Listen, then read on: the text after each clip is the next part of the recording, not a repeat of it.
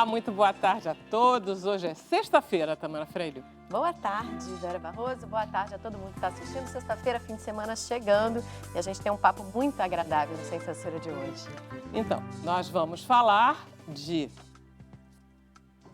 um documentário que estreia aqui na TV. Vamos falar com uma escritora para livros infantis e que é uma educadora. E vamos falar com o executivo do Movimento Viva Rio, com um projeto educacional para educação à distância. E estamos também com o luthier. Vamos começar. A gente tem hoje Márcio Seles, que é multi-instrumentista, e ele está na trilha sonora dessa série Luthiers, Mãos que Soam a Vida, que vai estrear amanhã, às 8h30 da noite, aqui na TV Brasil. Estamos com André Espada, que é luthier, e ele é um dos personagens desse documentário, Luthier Mãos que Soam a Vida, que fala dos artistas por trás da sonoridade dos instrumentos. Já a Tânia Zaguri é escritora, professora, conferencista, e ela está aqui para lançar mais um livro para crianças, O Bolinho que Andava. E ela vai contar para a gente tudo sobre essa história. Muito bom. Estamos também com Miguel Azevedo, que é gestor dos projetos do Viva Rio, e ele vem falar do Viva Educação, que é uma plataforma de ensino à distância que vai beneficiar pessoas de baixa renda. E você aí de casa está super convidado para participar do nosso programa. É só você usar a hashtag Sem Censura nas redes sociais, no seu Twitter, deixar seu comentário na nossa live no Facebook e mandar seu recado também pelo nosso WhatsApp. Nós vamos começar com o Márcio Seles. O Márcio, ele é filho da fundadora da Orquestra da Grota, que é uma linda e tradicional orquestra do Rio de Janeiro, que ensina jovens como o Rafael de Almeida, que já sabe tudo do violino. Garanto que já é monitor, já é professor, não é, Rafael? Quase. E vocês vão começar a tocar, e você está com um instrumento fabricado por um luthier. Isso. Né? Assim como o do Rafael, mas esse teu é mais extraordinário porque é uma imitação de um instrumento antigo? Essa é uma réplica do século XIII, que encontra nas Cantigas de Santa Maria. É uma réplica do século XIII, encontrado nas Cantigas de Santa Maria. Então, era um instrumento muito cômodo para tocar e cantar. Porque podia ficar rodando e cantando. Podia até pedir esmola, assim, eventualmente. Né? E ele chama viola de roda. Lindo. Então, é dos primórdios dos luthiers, lá na Idade Média, no século XIII ainda. Muito lindo. Então, vocês vão cantar juntos o quê? A gente vai tocar Scarborough Fair. Mas não vai ter cantoria, não? Não, hoje não. Mas você canta, Márcio. Às vezes. Vamos lá, com você.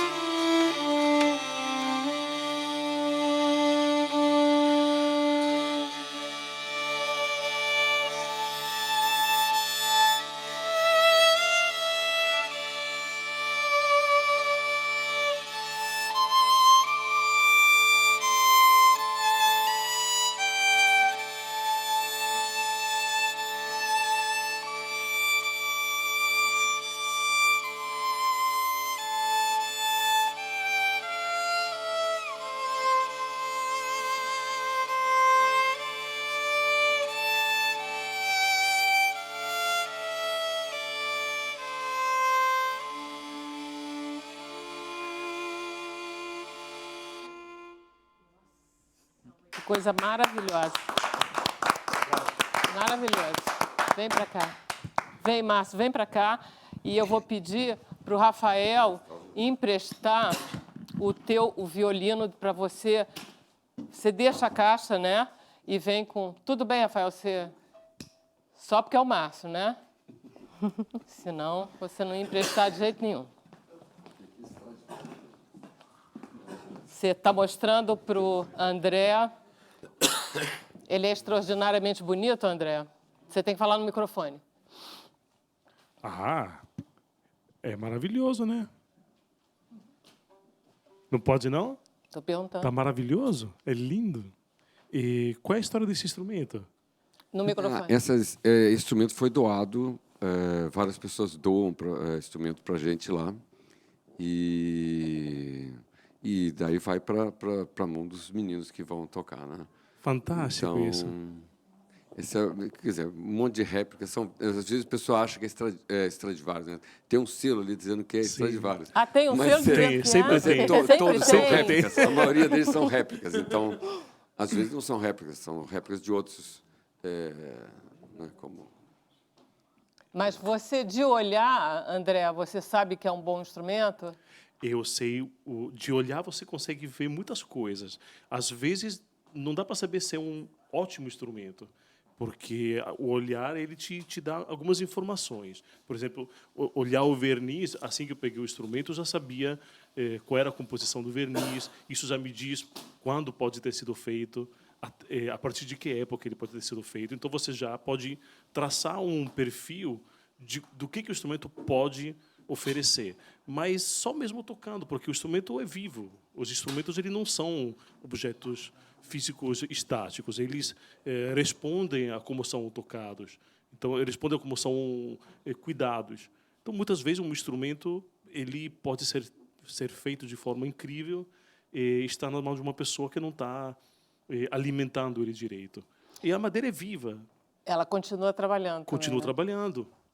Olha só, Márcio, você é uma pessoa que é multi-instrumentista. Engraçado, Que instrumentos você toca? A família do violino inteiro? Não, eu toco mais flauta, mais instrumento de sopro. No Renascimento, na Idade Média, as pessoas eram sempre multi-instrumentistas. Vamos lá, você adora só música antiga, né? Assim, acima do século XV, você já não está gostando. Até o XVI, né? Até o XVIII. Até Vivaldi, Corelli. Tá bom, tá bom. Mas, então, né, o Rafael veio perguntando qual instrumento, né, mais antigo, né, que Então, diz que é o Ravanastron, né, que estaria na Índia, tem também na China, tem... De instrumentos de cordas. Instrumentos de cordas que seriam da gênese desse que chegaria no violino. Tá. Né? Tem também os ancestrais. Também o rabab, né? Que deu origem a rabeca, né? Rabeca.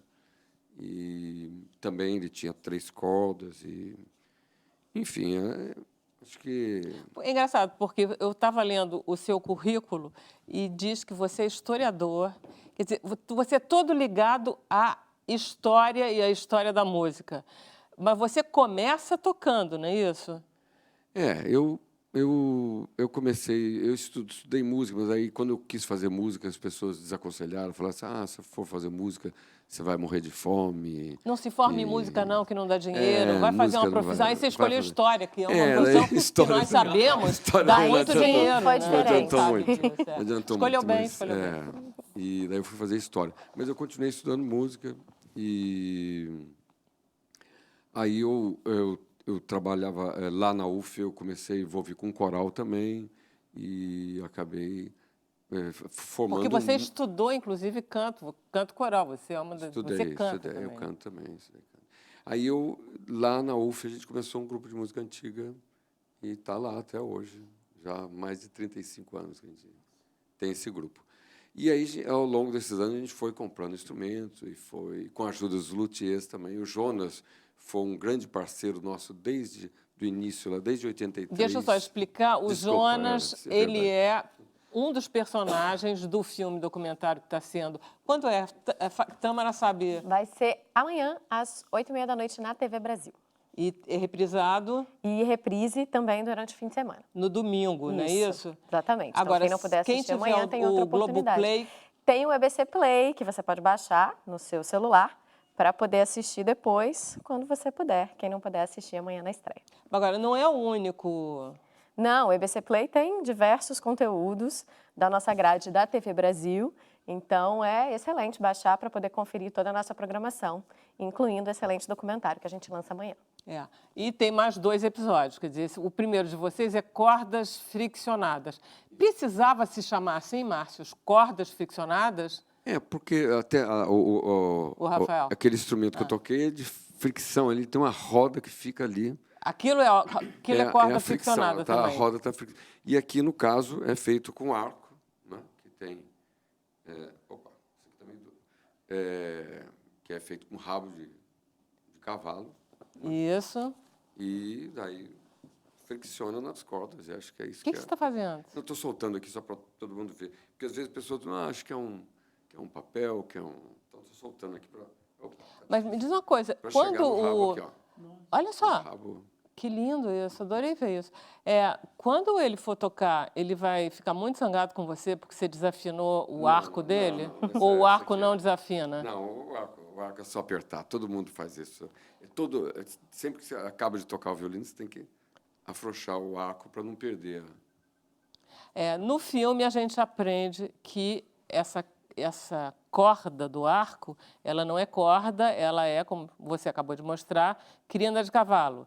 E que não pode ser crina de égua, tem que ser crina de cavalo. É uma coisa meio machista, né? Você vê que não é machista, não. É uma... Porém, não é verdade que não pode ser. E tem gente que se recusa a tocar com crina de égua, mas tem gente que busca, justamente porque é diferente. Porque o som acaba saindo diferente. O som acaba sendo diferente. O som é diferente. Sim, a crina que vem da égua, como é explicada no documentário, a égua acaba fazendo xixi no rabo, né, por conta da direção mesmo da uretra. Então, a crina acaba modificando. Ela é mais fina, com certeza. Exatamente. Então, ela tem um uso também. E tem gente que prefere. E interessante isso. É muito interessante. O Jonas é um caso de luthier muito interessante. Qual é o caso do Jonas? Então, o Jonas ele começou como... ele era interno da FUNABEM e, na época, ele começou a se envolver com... Aliás, né, foi até uma coincidência. Ele falou que a pessoa foi mostrar para ele várias possibilidades que ele podia fazer, vários trabalhos manuais. Que oficinas você quer? E daí, quando ele chegou, parou na marcenaria, e daí parece que chamaram a pessoa, e ele ficou na marcenaria. Chamaram a pessoa para resolver o problema, e ele acabou ficando na marcenaria. E mais tarde, ele ganhou uma bolsa. A Funarte tinha um projeto que chamava Projeto Espiral, que trabalhava com essas formação de orquestras e formação também de alaúde. E tinha um luthier, que era o Guido Pascola, né, que é também italiano, que começou a dar um curso. E o Jonas fez esse curso. O Jonas e outras pessoas, outros jovens lá da FUNABEM, fizeram esse curso e acabaram se envolvendo com a luteria. E ele depois foi trabalhar com o Joaquim Pinheiro, que trabalhava com instrumentos medievais, renascentistas. Então, o Jonas também trabalhou uma época com isso, construindo cravo também. E depois ele voltou para construir violino, violoncelo e contrabaixo. Ele diz uma frase linda, ele diz que eu gosto tanto do que eu faço que eu pareço uma criança. Todo dia, quando eu vou para o trabalho, eu pareço uma criança de 5 anos que vai ganhar um presente. É verdade. É lindo, é lindo. E essa relação dos luthiers com o trabalho fica muito bonita quando vocês, músicos, é o teu quarteto de música antiga, não é? Um quinteto lá de viola da gamba. Um quinteto que vocês tocam no Teatro Municipal e só está ele sozinho lá sentado de plateia. E aí, quando acaba o número, vocês levantam e aplaudem ele. Mas o Andréia teve direito à mesma coisa. Vamos lá fazer o intervalo. Olha, mas eu sou o principal fã do Jonas. Eu comecei a aprender luteria no ateliê do Jonas. Jura? Eu então, achei que você trouxe isso da Itália. Não, o Jonas tem uma história maravilhosa. Inclusive, depois que ele se tornou luthier, ele acolheu várias pessoas. Eu fui uma das pessoas que aprendeu lá. Que bacana. Vamos fazer o intervalo? Rapidinho a gente volta. Já.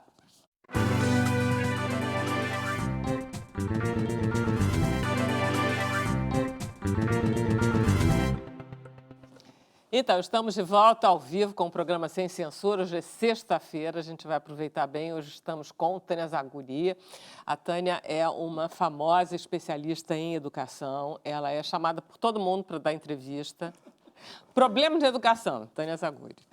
Não, não? É Zaguri ou é Zaguri? Zaguri. É Zaguri, Mas né? eu já fui rebatizada de Zaguri. Essas alturas, né? Altura do campeonato. Não, você está com isso. Olha só, eu estava lendo seu livro. Seu livro é a última obra sua?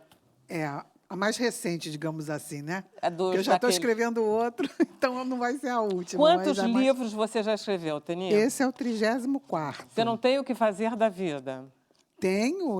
Ontem cheguei de Brasília, onde eu estava dando palestra para pais, para professores. Eu trabalho na reciclagem de professores e trabalho com pais também. Ou seja, orientando você não para, não é isso? Não paro. Nunca deixou de ser assim? Não. E nunca vai deixar de ser? Eu comecei a trabalhar aos 17 anos. Pois é. Você acha que a gente nasce assim? Eu acho. Eu acho que o ser humano ele é um conjunto de variáveis, mas eu acredito que a genética, o que a gente traz nasce um pouco inato, feito, não é? Com certeza é uma coisa que não vai mudar, né? Você vê isso na educação também? Quer dizer, as crianças? A gente vê isso muito, né? Porque, por exemplo, às vezes a gente tenta muito evitar estigmatizar uma criança que seja indisciplinada ou que seja irrequieta, porque a gente hoje vê em educação isso como um potencial diferenciado de cada ser humano. E é isso que é a graça da humanidade, né? A gente investir no que aquilo tem e não ficar só reprimindo a criança bagunceira. Não, de maneira nenhuma. Então, por isso, a escola hoje é um lugar em que a criança vai feliz. Sabe? Uma criança. Esse é o mote. A gente quer que a criança vá para a escola porque ela quer ir para a escola. Ela é obrigada a ir, tem que ir mesmo, né? Eu não discordo da obrigatoriedade escolar de forma alguma. Mas é importante que ela vá feliz para aquilo, né? E você foi feliz para a escola desde cedo? Fui. Até hoje, quando eu posso estar estudando. Nada disso é muito pior. Eu soube que você... Coisa que eu não sabia. Olha que eu já te entrevistei. Meu Deus. Eu soube que você simplesmente alfabetizou a sua irmã mais nova. O que é um absurdo verdade. Isso, Tânia. Coitada. A menina não tinha nem 5 anos. Não, e você tinha estava 5 lá. e meio, 5 anos e meio. Então pode. Mas, na verdade, a gente brincava muito, né? Eu me apaixonei por essa irmã caçula, porque eu já tinha 5 anos e meio quando ela nasceu. Quando ela estava com 5, eu já estava com 10. 10. Então, era uma mocinha. Mulher feita. E aí a gente brincava de escola, porque eu sempre quis ser professora. E ela adorava ser minha aluna. Então, eu fiz uma cartilha, gente, era desse tamaninho, com metade dessa tua folhinha aqui, sabe? Então, era assim, e ela ia tão feliz com aquilo que ela se alfabetizou assim com... Brincando. Em 5 meses, ela estava lendo tudo. E aí você contou para todo mundo. Eu que alfabetizei ela. Quando eu era criança, eu ficava... Olha lá, eu que ensinei ela a ler. Claro que é uma emoção. Aliás, depois, como eu trabalhei muitos anos como alfabetizadora, e, gente, eu não posso dizer que tenha uma emoção maior do que você ver uma criança que não conseguia ler, eu fico até emocionada, mas assim, que não sabia e, de repente, descobre o mistério daquelas Porque letras. vem de uma vez só, né? Quando você dá o insight, né? Aquilo vem, né? Você sabe que eu estava conversando muito, eu fiz muito programa de educação na Multirio e tudo. Sim, eu tive e conversando, de não é? Com os secretários especiais de educação e tudo, e eu me lembro delas dizendo que sempre a melhor professora elas punham na classe de alfabetização. A melhor professora da escola era para alfabetizar as crianças. Exatamente. Eu rezo para que todos os diretores de escola pensem assim.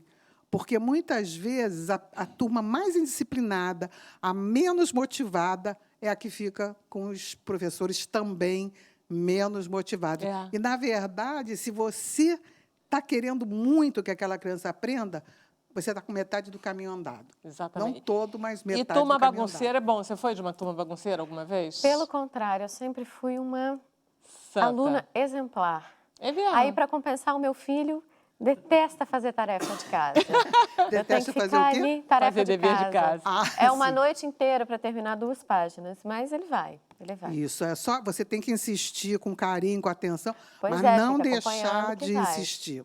Porque, na verdade, o ser humano é movido pelo prazer, né? E isso é muito bom que seja assim.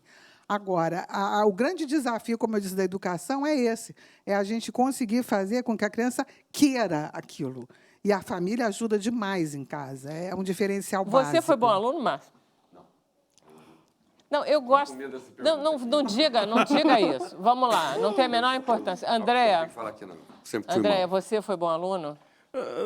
Às vezes. Foi, muitas né? vezes sim, foi. muitas outras não. Miguel? Eu gosto dessa às vezes também. Quer dizer, esse às vezes significa quando eu tinha um bom professor Com certeza. que me ensinava uma Exato, coisa que me interessava, exato. eu era bom. Eu É me isso que lembro está que eu dizendo. tive uma professora de geografia. Olha que na época que eu fiz primária, eu não vou dizer quando foi isso, Tânia, mas você já é mais nova faz do um que eu. tempo. Então, mas na época se ensinava geografia assim, você decorava mapa de ilha, mapa de Bahia, mapa de... Gente, era uma coisa louca. Eu adorava e eu aquilo. adorava, porque Eu a minha adorava. professora, dona Lila, e ela tem um nome diferente, até hoje eu me lembro. Por quê? Porque ela era afetiva, ela tinha um olhar para a gente afetivo. Então, você queria agradar ela, porque ela te agradava. Né? Eu acho que o ser humano tem muito isso, né? Essa interatividade, essa coisa do afeto. Aliás, o livro eu escrevi por puro afeto, né? Não, com certeza. Livro, Olha só, gente, eu adoro a professora mãe. Agora, olha isso tudo, a gente sabe da Tânia. Aí introduz um novo coisa que é a avó. A avó é um desafio, né, gente? A avó não tem vergonha na cara. Eu fico muito impressionada, Tânia. Vou ler, olha só o que você escreveu. É muito Para fofo. Valentina, rainha do meu coração, doçura que alegra e encanta, suavidade que enternece, com todo o amor da vovó Tânia. Tânia, você nunca disse isso para ninguém, só para ela. A gente tem que dizer o que é para cada um, né? Cada amor é Os um filhos amor. não, os filhos não sentem ciúme disso, não? Os filhos o Os quê? filhos não sentem ciúme desse amor louco pela neta?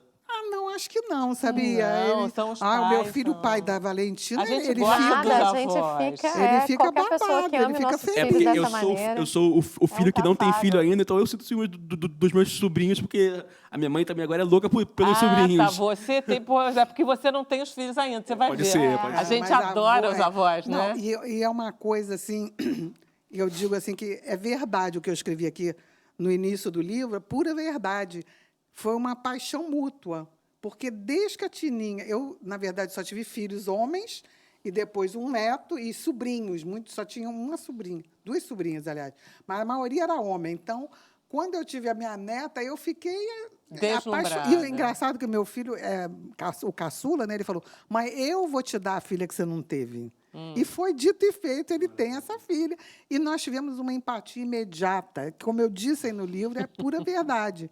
Ela me olhava assim, com meses, assim, a gente tinha uma paixão incrível. Como por acaso. E continua assim até hoje. Mas, Tânia, coisa seus linda. filhos e sua neta, como que eles lidam com essa mãe e essa vovó, especialista em educação, que sabe tudo sobre como educar um filho, estimular a criança a estudar? Tinha vezes que eles ficavam meio assim, de saco cheio, minha mãe está muito técnica para o meu lado.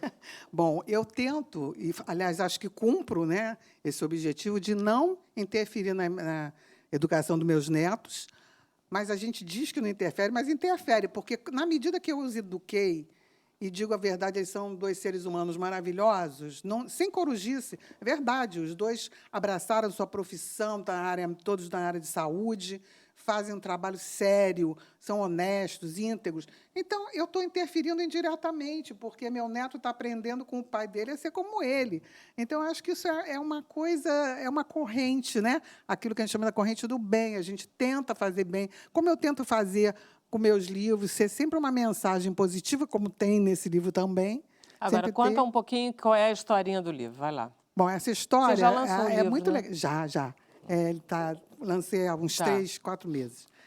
E é interessante porque essa história começou com a minha mãe. Quando eu era pequenininha, a minha mãe contava essa história, mais ou menos como ela está, o início, pelo menos. É a história de uma avó que queria dar um presente diferente e um dia faz um bolo com pés e mãos, né?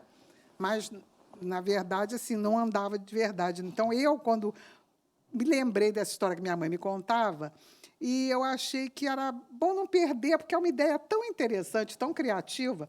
Aí eu falei, gente, eu vou aproveitar e ampliei a história e juntei o meu amor pela minha netinha e falei, bom, vou fazer o bolo, como se fosse o bolo do aniversário dela, que andava, né? E aí começam as aventuras das 2 né? E foi muito... Olha, eu digo a vocês que eu gosto muito de escrever. E, bom, 34 livros, né? Mas, além disso, eu gosto muito de escrever livro infantil. Gosta, né? Eu digo que é a hora do recreio, sabe? Porque, como eu escrevo muito ensaio, né? Não ficção, então, a hora da ficção, eu acho que é uma coisa assim, como vocês, né, que trabalham em artes. É a hora um pouquinho da arte, né? É a hora que você deixa a imaginação, o que você quer deixar de bom, de mensagem. É uma delícia. Agora, já estou escrevendo um outro também, que é a história da minha família, que é uma história muito bonita, a história do meu pai. Então, para criança também você vai escrever? Não, aí você está escrevendo para adultos. E jovens, em geral, né? Tá. Então, eu acho que é uma delícia, sabe? A gente trabalhar essa coisa... Cada um tem uma forma de expressar, né, o seu coração. Vocês... Aliás, eu acho maravilhosa a profissão de vocês. Eu toco piano, Poxa, obrigado. Eu fico assim apaixonada de imaginar vocês cuidando dessas coisas que trazem tanto afeto. Você toca piano, então nós. vai ser o próximo episódio, que são os dedilhados. Dedilhado é piano, né? Vai ter uma série só sobre... Vai ter os luthiers... porque aqui no Brasil chama luthier para até quem faz piano, né? O luthier virou um termo amplificado no Brasil, porque, na verdade, é um termo só para violino. Não, mas acho que usa também para flauta, também, para instrumento de sopro. Usa, acho que virou. Acho que o luthier vem de alaúde, será? Alguma coisa assim? Sim, né? Sim, vem de alaúde. Agora, o curioso é que virou uma coisa tão geral, mas, na verdade, não há uma clareza na determinação da profissão. No Brasil. Tá confuso, né? Muito. Enfim, o que você queria mostrar? Eu me lembrei de falar também, eu acho que é interessante, porque o que eu procuro sempre nos meus livros é trazer alguma mensagem também, seja para adulto, seja para criança. E, nesse livro, é uma história, assim, talvez a mais descompromissada de todas as que eu já escrevi para criança. Mas, de qualquer maneira, no final, eu criei uma parte em que, realmente, é a questão da despedida, né? Então, como o bolinho tinha perninha, tinha bracinho, na hora do parabéns, a Tininha não queria que cortasse o bolo, porque como, né? Então, assim, aí a gente entrou com esse aspecto da afetividade, da despedida, de você não querer perder as coisas que você ama, que você gosta, né? Aí eu fiquei no impasse, que as coisas que sabe, você gosta têm fim.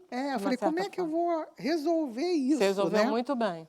E aí, você achou? Achei. Que bom. Eu falei, Achei. gente, eu tenho que dar um jeito nisso, porque tem que poder ter... Mas aí você não vai contar, não, porque senão é spoiler. Não vou contar, porque aí, senão, né, o happy end tem que ser surpresa. Maravilha. Né? Você quer falar desse daqui também, rapidinho? Só para mostrar que não é... Muita gente se... Assim, meu Deus, mas você escreve livro para criança, mas é o meu 9º livro, né, infantil. E essa aqui aquele negócio, você não para, quer dizer, você tem uma Esse aqui atividade... também é uma coleção que eu amei fazer, que é uma coleção com viés ecológico. Isso. Né, e cada volume, são 6, tem um animalzinho que as crianças, animal silvestre, que as crianças convivem nas grandes cidades até, tipo gambá, sabe, um macaquinho, aquele pequenininho, né?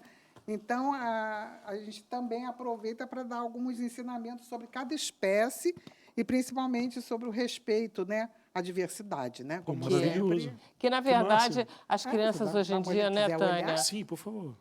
Ele está de olho porque ele tem filho pequeno. Pois é, mas eu já vou endereçar para o filho dele depois. Ok, maravilha. Mas você vai participar da nossa conversa com o Miguel também. Com certeza. O Miguel é um gestor do Viva Rio. O Viva Rio é uma... Eu queria que você apresentasse um pouco o Viva Rio. O Viva Rio é uma organização hoje com mais de 25 anos, né? A gente sempre teve focado em criar oportunidades para as pessoas. Eu acho que o Viva Rio talvez seja o grande legado que o Viva Rio tem em relação ao trabalho que ele desenvolve, né? Que é criar oportunidades para as pessoas que nem sempre encontram essas oportunidades. Né? Miguel, o Viva Rio foi fundado pelo Betinho, junto com o Rubem César, em 1894. Não tão velho assim. Nós temos bastante tempo já. Mas a gente fez há 25 anos há pouco tempo. Então, o Viva Rio sempre teve essa pegada, né, de abrir portas mesmo. Então, a gente começou como um grande movimento social, vocês devem lembrar, com 2 fatos marcantes na cidade do Rio de Janeiro, que foi a chacina da Candelária e a chacina de Vigário Geral, né? Então, foi um momento que a cidade vivia um momento de violência muito grande e a sociedade civil precisava marcar alguma posição em relação a isso. Então, o Viva Rio nasce como esse grande movimento social em favor da paz, da cultura de paz, e hoje é uma organização gigante, com quase 10 mil funcionários, que desenvolve projetos em diversas áreas, saúde, educação, segurança humana, meio ambiente. Então, hoje a gente é um pouco mais do que um movimento, mas com espírito de movimento. Isso. Acho que isso que é bacana. E, bom, então vamos falar desse projeto Viva Educação. Sim, o Viva Educação vem justamente dessa pegada do Viva Rio de abrir oportunidades, né? O Viva Rio sempre esteve presente em grandes projetos da área de educação. A gente estava lá junto com o Telecurso, quando o Telecurso revolucionou o acesso à educação da grande maioria da população de baixa renda. E o Viva Educação tem muito essa pegada, tem muito essa ideia de estar também retomando essa proposta de estar dando oportunidade para as pessoas se educarem, para as pessoas tenham entrada nas universidades. Então, o Viva Educação é um projeto que tem parceria com o Descomplica, que é um grande portal de educação à distância. Então, as pessoas podem ter acesso a esse conteúdo de maneira muito facilitada, né? A educação à distância tem muito essa possibilidade de abrir portas mesmo. É um pouco como se o Viva Rio achasse que a educação à distância pertence a uma solução na educação. É uma solução, sem dúvida. Você compartilha dessa ideia de que a educação à distância é inevitável, que a gente tem que passar por isso? Bom, é claro, a gente mora no Brasil, né? E isso é realmente um achado, porque nós, infelizmente, não estamos ainda em nível nem de segundo mundo, né, em termos de educação. Então, qualquer recurso que possa chegar nos lugares mais longínquos, né, que às vezes não tem uma escola, né, nós ainda temos problemas de, quando chove em algumas escolas, não pode ter aula porque a parede dá choque. Então, nós ainda temos realmente, se você pode aliar qualquer recurso, ainda mais os tecnológicos, que são altamente motivacionais para os jovens, eu acho que é espetacular. E também não ter a prisão do horário. Eu acho que isso que é o grande fundamental desse projeto Viva Educação, porque a gente sabe que a população de baixa renda, a população em situação de vulnerabilidade tem dificuldade até de chegar à escola. Exatamente. Acho que é muito... Mas não é para a educação formal o projeto, é? Na verdade, também para a educação formal. A gente tem, dentro dos cursos oferecidos, a gente tem um Enseja, que é uma prova de certificação para ensino médio e fundamental para jovens, né? Para jovens que não terminaram no momento certo essa etapa da educação. Então, também é para a educação formal, mas é muito os produtos que a gente tem hoje dentro do nosso projeto são muito focados também na área de acesso à universidade, que eu acho que isso é um grande diferencial, que é para a população de baixa renda. A gente dá a possibilidade dessa pessoa acessar uma universidade, é um passo muito grande em direção ao futuro dessa pessoa. E ele consegue fazer isso como? Dos produtos, 3 deles são focados diretamente na entrada no vestibular, né? Do Enem. São pré-vestibulares. Ah, tá. São pré-vestibulares. Fala também.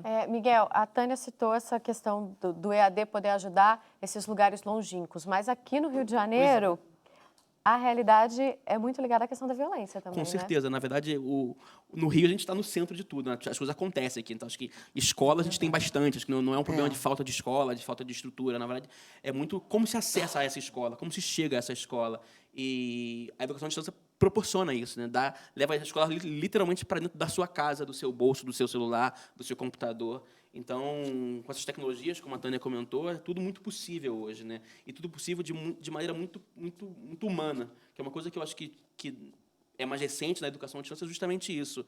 Hoje em dia, as trocas entre os professores, os tutores e os alunos são muito grandes, são muito, muito frutíferas, que era uma coisa que na educação à distância no passado não existia, que era carta, era uma coisa diferente. Hoje é a troca no dia a dia. Hoje você parece que está numa sala de aula. Se você senta, se concentra, o aluno se sente numa sala de aula.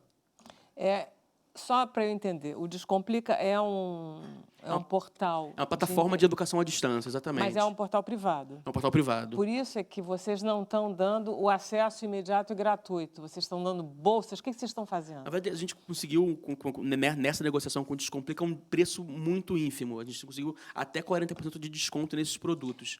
Então, mas isso atende a uma população de baixa renda? Com certeza. A gente, por exemplo, quando se fala sobre o Enseja, que talvez seja o carro-chefe desse projeto, que é justamente para as pessoas que têm mais dificuldade, que não terminaram nem o ensino fundamental e médio. Isso. A gente fala de um preço de R$ 7,90 por mês. Que Eu acho que, inclusive, tá. essa cobrança de 7,90 até aumenta o engajamento dessa pessoa. Não, Então, fica quase simbólico. é simbólico, né? exatamente. 7,90. Ela não acha simbólico, não? Não, na verdade, eu entendo que é um custo baixo, mas, infelizmente, no Brasil, a gente, às vezes, 7,90 para uma família que ganha salário mínimo Fica é muito, complicado, né? Então, Não, sim, assim, não estou invalidando nada mas eu que você acho está dizendo, claro não. que Não, mas eu estava Apenas, imaginando valores até maiores. Não, sabe sabia? por que eu me lembrei? Porque Não. eu tive... Logo que eu me formei, a gente é muito inexperiente. Eu tinha 17 anos quando eu comecei a lecionar em escola pública, porque foi uma opção minha para atender a população, né, mais carente. E eu tive um aluno que a gente tinha um tal de caixa escolar que ajudava a comprar material e tal, uniforme para quem não tinha condição nenhuma. E a gente, como professor, os diretores mandavam a gente cobrar do aluno. E uma vez eu cobrei, porque era um aluno que estava atrasado, 3 meses. Eu falei, olha, a diretora falou que você não vai poder entrar. E eu tinha 17 anos, ela mandou falar, eu falei, né? Resultado, ele sumiu da escola. Por quê? Porque ele não tinha condição nenhuma de trazer... Você nunca mais esqueceu, né? Nunca esqueci. Não. Porque eu me sentia, assim, uma péssima, Mas né? eu acho que uma coisa que também é interessante no Viva Educação, propriamente dito, é que parte desse recurso que entra no projeto ajuda a financiar as atividades de educação da Academia Pérolas Negras, que é o clube de futebol focado em refugiados do Viva Rio. Então, a ideia é circular esse recurso de maneira mais ampla. Bacana. Vocês acham que vocês têm um universo de quantas pessoas para atender com esse convênio com Descomplica?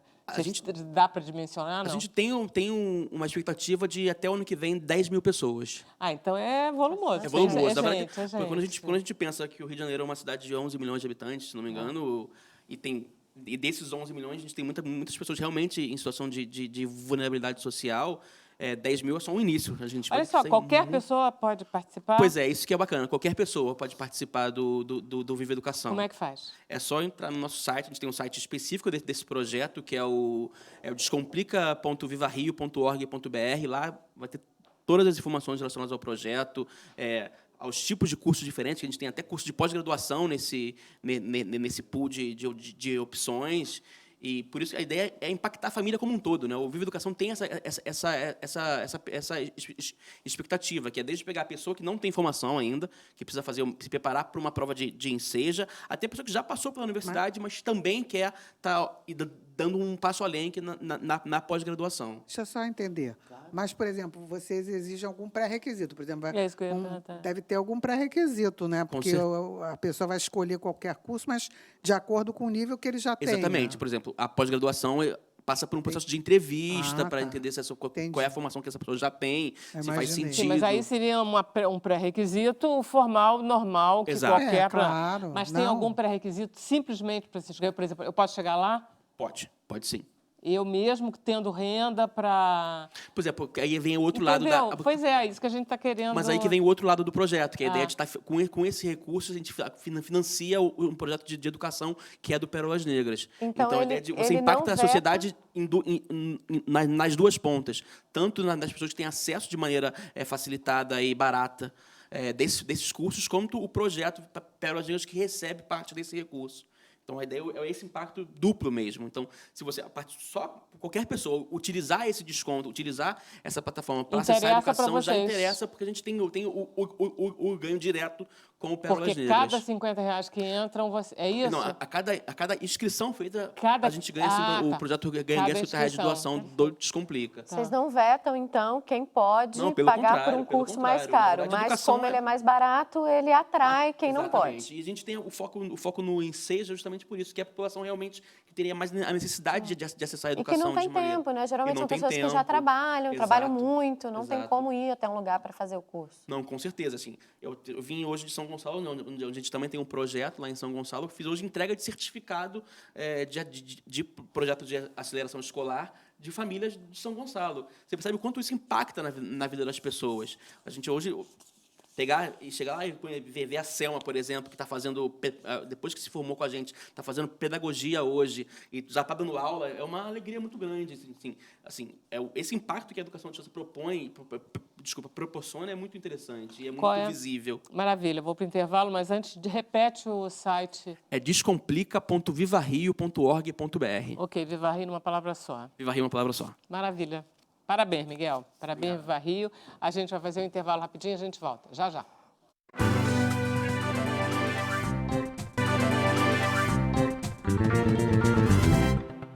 Então, estamos de volta com Sem Censura ao vivo.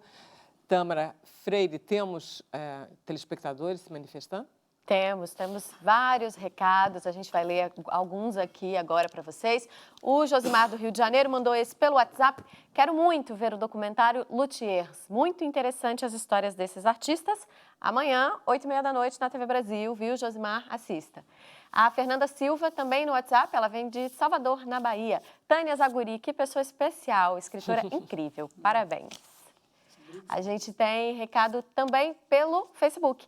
Silene Rodrigues de Albuquerque, programa sensacional. Como professora, estou aprendendo muito e já querendo o livro para ler para os meus alunos. Mais uma fã da Tânia. E a Lúcia Regina Camargo, também no Facebook, disse: boa tarde, Vera e todos, grande escritora. Viajar no mundo das crianças é estar sempre presente a todo o universo, porque o universo é delas. Beijos para a Tânia. Que bom, muito obrigada, Lúcia. Fiquei feliz com sua mensagem. Com você, e das Vera. outras também. Maravilha. Obrigado, Tâmara. Volto para cá, que a gente agora vai conversar com o André Espada. Vamos retomar essa divulgação do documentário que vai ser amanhã. Sim. André, eu adoro esse nome, porque no Brasil todo mundo diz Andréa. Como pode ser Andréa e ser masculino? Simone, Explica aí, André. Por que os italianos chamam-se André? Vem de andros, que em grego quer dizer homem. Então, o meu assombro quando encontro uma mulher chamada de André. Falo, mas vem cá, essa mulher tem nome de homem. Por quê? Para você ver como a vida é bonita. Mas eu acho mais barato. Os meus pais iam me chamar de André de qualquer maneira. Eles não sabiam, claramente. Na nossa época, quando a gente nasceu, não se sabia se era ser menino ou menina. Eles falaram que não, vai ser André de qualquer maneira. Beleza. Então, já vi. Você nasceu onde na Itália? Eu nasci em Faenza, que é uma cidade bem pequenininha que fica a 100 quilômetros de Florença, em direção a Ravenna. Ok. E quando é que você veio para o Brasil? Por que você veio para cá? Eu vim em 97, dezembro de 97, com 22 anos. Eu vou completar esse ano 22 anos no Brasil. Então, agora estou realmente meio a meio. Eu vim aqui músico. Eu não vim luthier. Eu vi música, eu estudei música na Itália e belas artes. Eu queria ser luthier, era o meu grande sonho, mas por condições familiares muito adversas não pude começar lá meus estudos. E quando vim morar aqui no Brasil, a primeira pessoa com a qual fiz contato foi o Sandrino Santoro, contrabaixista, luthier, pedagogo. É uma também figura... italiano também, né? Italiano também, pois é. Na verdade, me falaram, ó, olha só, você é contrabaixista, você é italiano, ó, vai... Você era contrabaixista? Contrabaixista. Ah, por isso que você sabe aquela história toda, exatamente, que ele conta no documentário, que é fascinante. Você vai poder contar aqui agora? Claro. Conta então, rapidinho. Vamos sair da sua história e contar a história da importância dessa mudança nos instrumentos. Tá, e, na verdade, o contrabaixo é interessantíssimo porque ele traz, na verdade, em si as cicatrizes de uma longa história para se encaixar, para lidar com as mudanças musicais. Ele já foi um instrumento de grandes solistas. Ele, na época de Mozart, Beethoven, existia um instrumento chamado de contrabaixo vienense, que era um instrumento solista, elas faziam grandes recitais. É tão grande quanto o contrabaixo? Sim, com 5 cordas, uma afinação um pouco particular, que era feita para entreter. Então, assim, o contrabaixo ele transitou por séculos e séculos e séculos. É tão antigo, na verdade, até um pouco mais antigo do violino. Os primeiros violinos surgiram quando o contrabaixo já já estava lá bem ou mal como hoje. E aí se chamava os diferente. violinos conseguiram desbancar completamente o contrabaixo. Tudo. Foi abandonado, foi relegado. Que foi, na verdade, uma mudança estética, musical, que ocorreu também quando, por exemplo, quando teve a transição da viola da gamba para o violino. Do cravo, do cravo piano. do pianoforte, que é exatamente a mesma coisa. Imagina que o cravo e a viola da gamba, eles eram... tinham uma estética. O piano surgiu exatamente como surgiu o violino, que era para outro contexto. As pessoas queriam mais som, queriam outros recursos Tem técnicos. mais recursos, dá a sensação que tem mais possibilidades. Sim, e de fato não tem, mas as pessoas queriam outras. Então, essa busca novidade. por outras possibilidades, por uma renovação da linguagem musical, foi impulsionando os luthieres a trazerem sempre novos recursos, a incorporar novas ideias. Então, por exemplo, o contrabaixo, ele transitou por todos esses séculos. O violino chegou, meio que desbancou a viola da gamba do seu reinado secular e trazendo outros contextos.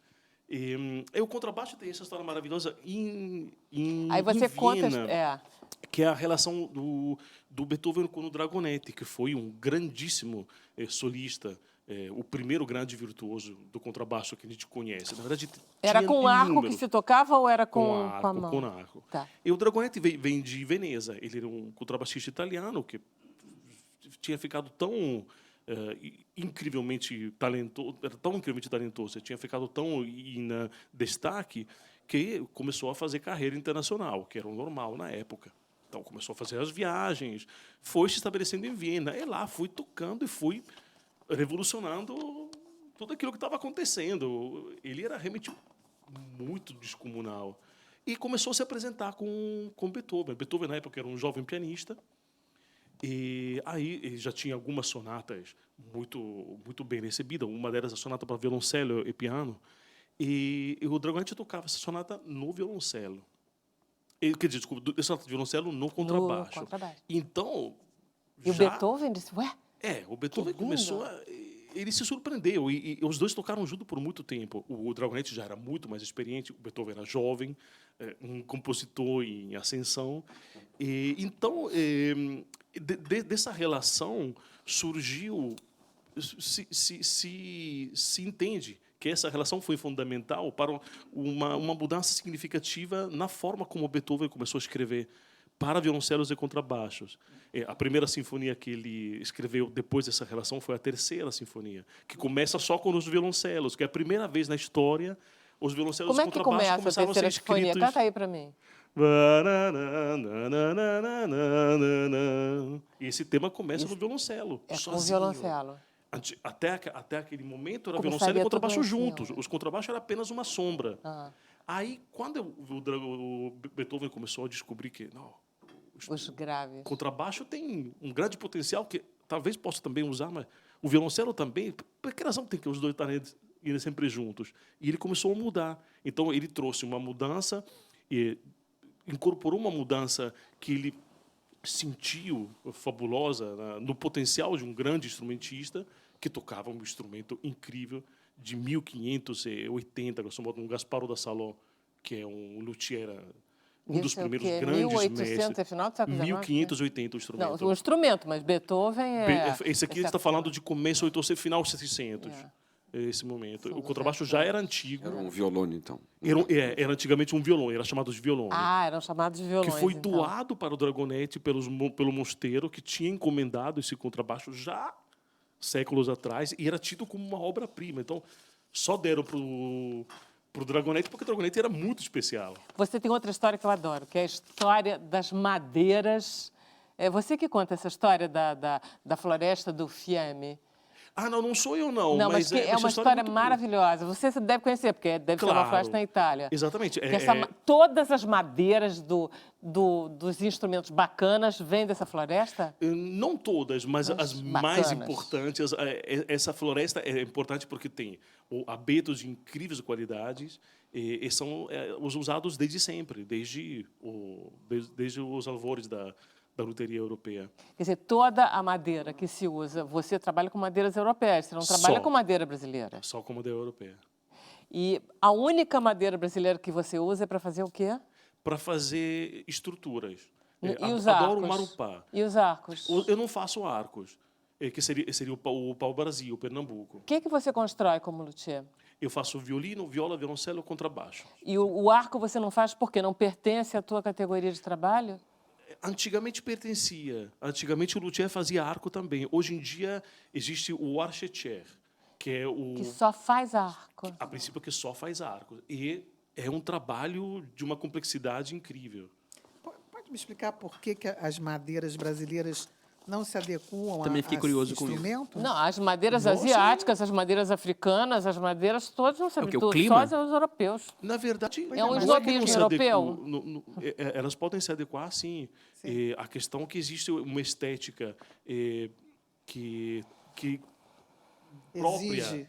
Exatamente, não só uma estética visual, mas uma estética acústica. Entendi. Cada madeira tem diferente. suas propriedades. É como você querer fazer uma cadeira de teca. Pedra-sabão. Se você botar outra madeira, o som fica diferente. Fica diferente. E a Esculpir, mecânica né? do Para instrumento. esculpir também, né? Não é Madeira só a com abeto, por forma, exemplo, o é próprio mais... material modifica esse O som. Modifica, claro. Porque esses Modifica pinhos são o mais... som. Né, eles têm um crescimento mais longo, né? E eles são pouco umidade. Deixa eu muito só passar, leve, né? a gente saiu do documentário. Eu queria passar um trailerzinho que tem. Vamos passar? Hein, Flávio, passa aí. Isso.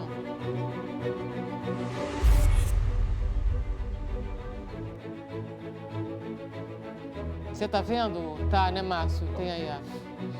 Isso é a oficina dele, ó, do André. Olha que O lugar luthier bonito. realmente trabalha para o artista.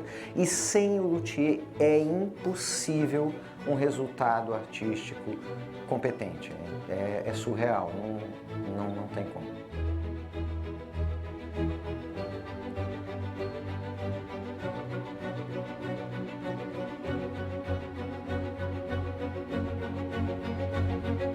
Uma analogia talvez seja mais próxima do que é um luthier por um músico, especialmente um músico de cordas, talvez seja como um pediatra.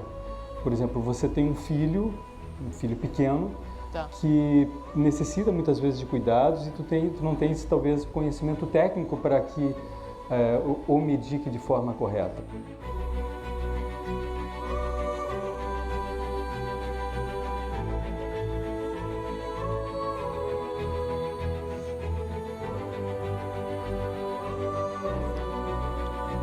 Os músicos não sabem o que tem que fazer.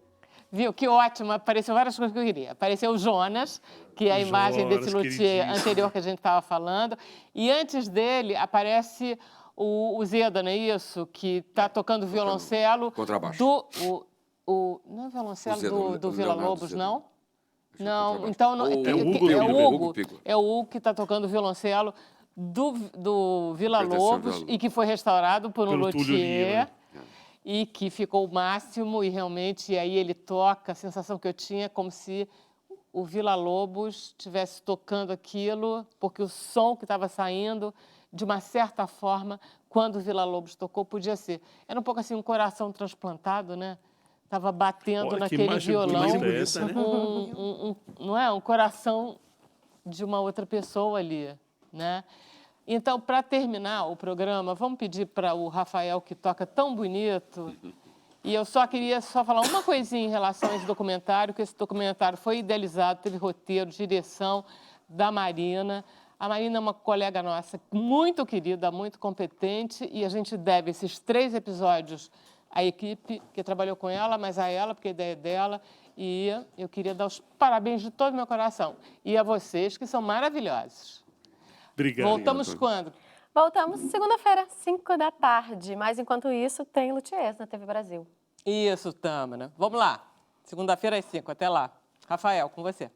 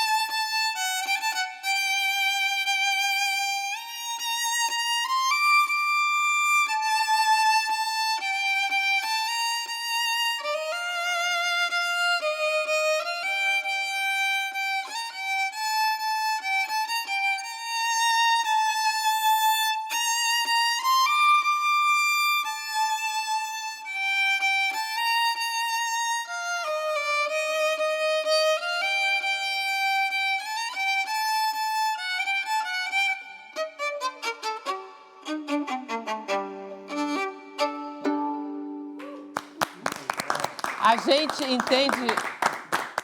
entende perfeitamente que esse instrumento tenha desbancado o contrabaixo. Quer dizer, aparece isso. Com esse nível, a gente... Ah, não, aquele negócio... Blum, blum, blum, não. Desculpe, hein, Andréia? Será que foi mal? Não, mas cada um tem um... Será que não tem a ver com a portabilidade dele, de ser mais fácil de carregar e ir para os outros lugares? Não, na Tipo verdade, o celular, ele- né? O celular. Ele desbancou a viola da gamba. Como que é uma na verdade. questão de O contrabaixo ficou lá. popularidade. Até hoje, tranquilão. Ele não se abalou Faça seu tanto. trabalho ali. Continua Cada um trabalhando. na sua, né? Mas Ó, a a viola gente da gamba tem- continua também. Aos trancos e barrancos. A pobrezinha agora que tá começando, ela sofreu um bocadinho. Não, mas a viola da gamba ficou no ostracismo durante Ficou, né? séculos. E Né? saiu das orquestras, inclusive? Saiu. Caramba. Ô, vida dura. Foi... O Monteverdi foi o último que escreveu Para a viola da gamba. também viola da gamba. Tá. Bach também, na Paixão, ele usa, assim, às vezes, só para viola da gamba. Então, Tem. acredito do século XVIII, ele... Mas aí, a partir daí... O Telemann escreveu também. Mas aí elas foram... Tâmara. Nós temos recados para vocês. A acabaram. Rutilena Simas, lá de Niterói, mandou um recado especialmente para o Márcio, amigo inesquecível da UF. Perdão, não sou do Rio de Janeiro. Muito orgulho de vê-lo neste programa especial. Um grande abraço. Muito bom. Temos mais? A internet está lenta hoje, né? Ah lá, Roberta de Fortaleza, no Ceará, diz que ama livros, ama o cheiro que os livros têm e que os filhos, vendo isso, aprenderam a amar também. Minha filha tem 7 anos, coleciona todos os paradidáticos e lemos diariamente. Beijos. Importantíssimo isso, né, bom, Tânia? Ler com os filhos, né? É um hábito que se instala, Exato. né? Desde pequeno. Francisco Ferreira, de Caeté, Minas Gerais. Tânia Zaguri, como fazemos para adquirir seus livros infantis? E para o Miguel Azevedo. Esse projeto Vive Educação é aberto a pessoa de outros estados também, mesmo legal essa fora do pergunta. Rio? Com certeza, com certeza. Na verdade, a gente quer atingir o Brasil inteiro, né? A educar à distância, justamente, tem que A cabe ideia é isso, essa. né? Legal. Pode vir, Francisco, com certeza. Desculpe. Não, os meus livros têm nas livrarias, mas também, se você não encontrar em livraria, pode comprar pela web, né? Pela internet, e as livrarias mandam em casa. Por exemplo, a Bambolê, que é por onde A eu editora, lancei, né? ela manda em casa sem custo. Tá? Então Fica é a só dica, comprar. Salete. E a Salete de Porto Alegre disse, maravilha estes convidados, todos voltados para a valorização do que realmente importa. Educação lúdica, que ela ama, música, que ela é movida pela música, ela diz, e a empatia. Parabéns a todos os profissionais. Muito bom. Gente, foi um prazer enorme tê-los aqui. O documentário... Vamos lá, de novo. Vamos Tâmara. lá ao serviço para ninguém esquecer. Luthiers estreia amanhã, 8h30 da noite, na TV Brasil. A gente tem também a reprise no domingo, também às 8h30 da noite. Esse é só o primeiro episódio, a gente tem mais 2 episódios, né? Esse primeiro é sobre as cordas friccionadas, a gente tem também sobre os instrumentos de flauta e sobre os dedilhados. Então, não percam. Além de poder assistir na TV, só baixar o IBC Play no seu celular ou no seu aparelho, né, móvel, para poder assistir no conforto aí, no tempo que vocês puderem. Mas confiram, porque é um documentário maravilhoso. Maravilhoso. Obrigada, Miguel. Obrigada, Tânia. Obrigado a Obrigada, vocês por Andréia. Obrigado a vocês. Obrigado. Obrigada, Rafael. Até segunda. Bom fim de semana para todos.